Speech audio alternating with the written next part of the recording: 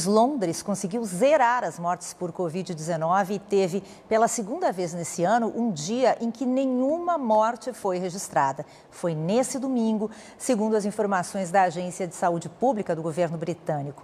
Para nos falar sobre isso, nós conversamos com a jornalista Fernanda Zaffari, direto do Reino Unido. Depois de atingir o pico em janeiro, o total de mortes vem caindo por aí e chegou então a esse zero há 2 dias. A que as autoridades acreditam esse resultado, hein, Fernanda? Boa noite, bem-vinda ao Band Cidade. Olá, boa noite, Lúcia. Pois é, nós estamos no 3º lockdown desde o período de Natal e com medidas restritivas anteriores a esse período ainda, desde setembro, com entradas e saídas de restrições.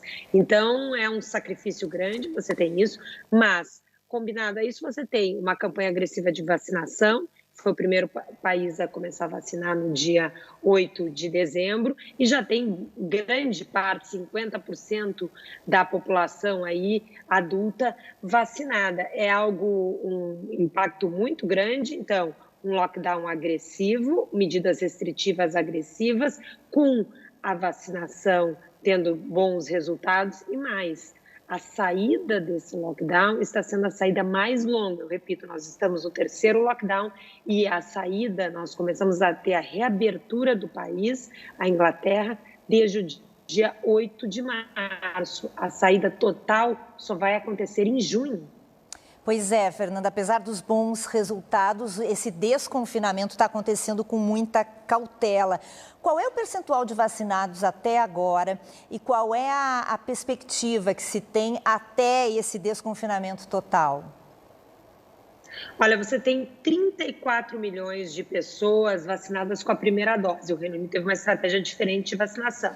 Então, 34 milhões com pelo menos uma dose, 4 milhões de pessoas já com as 2 doses. Aí você tem pelo menos 50% da população do Reino Unido. É claro que agora o governo vê uma resistência maior da faixa etária dos 50 e 40 anos, um pouco mais crítica e resistente à vacinação. Aqui, crianças e jovens não foram vacinados ainda. Há um estudo sendo feito pela Universidade de Oxford, com a expectativa que o resultado seja divulgado para o fim do mês de julho, Lúcia.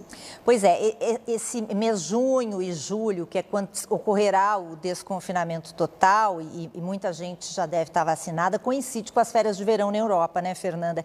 E não há medo em relação às viagens. Sobre isso, o que está sendo discutido entre autoridades e setor do turismo? Parece que o Reino Unido vai fazer uma série de experiências, né, para tentar voltar a um ritmo mais ou menos normal aí de viagens.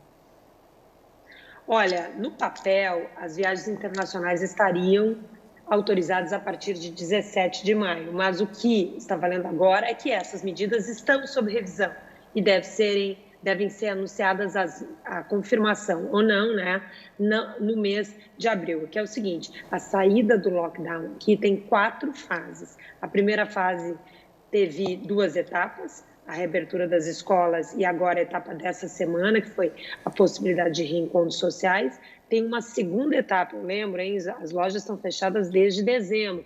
Uma segunda etapa, que será a reabertura do comércio não essencial, academias, salões de beleza, em abril. Depois de 17 de maio, que seria a volta das viagens internacionais, daí 21 de junho até com concertos e eventos e museus. Então, ainda não se sabe o que vai acontecer, essa é bem verdade, porque no planejado tudo poderia sim ser reaberto e as viagens internacionais retomadas em maio, mas acontece que o governo já deixou uma reticência aí, dizendo que está revisando, por quê? A terceira onda de contaminação na Europa, esse descontrole, esse crescimento muito grande do número de casos dos nossos vizinhos e também novas variantes.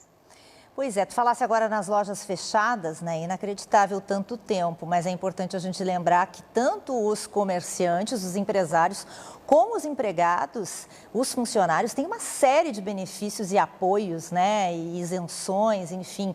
O governo desses países, desde o início, se preocupou com esse tipo de apoio, né? Para a economia também, né, Fernanda?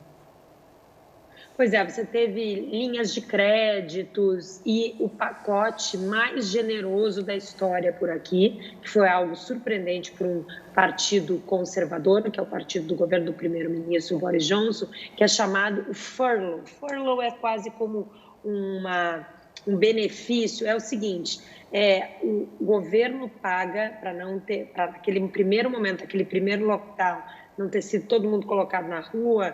O que o governo fez? Ele paga 80% do salário dos funcionários. Mas aí você tem, a empresa cobre o resto. Isso foi mudando no decorrer dos períodos, mas você ainda tem muitas pessoas em fome. É um custo bilionário.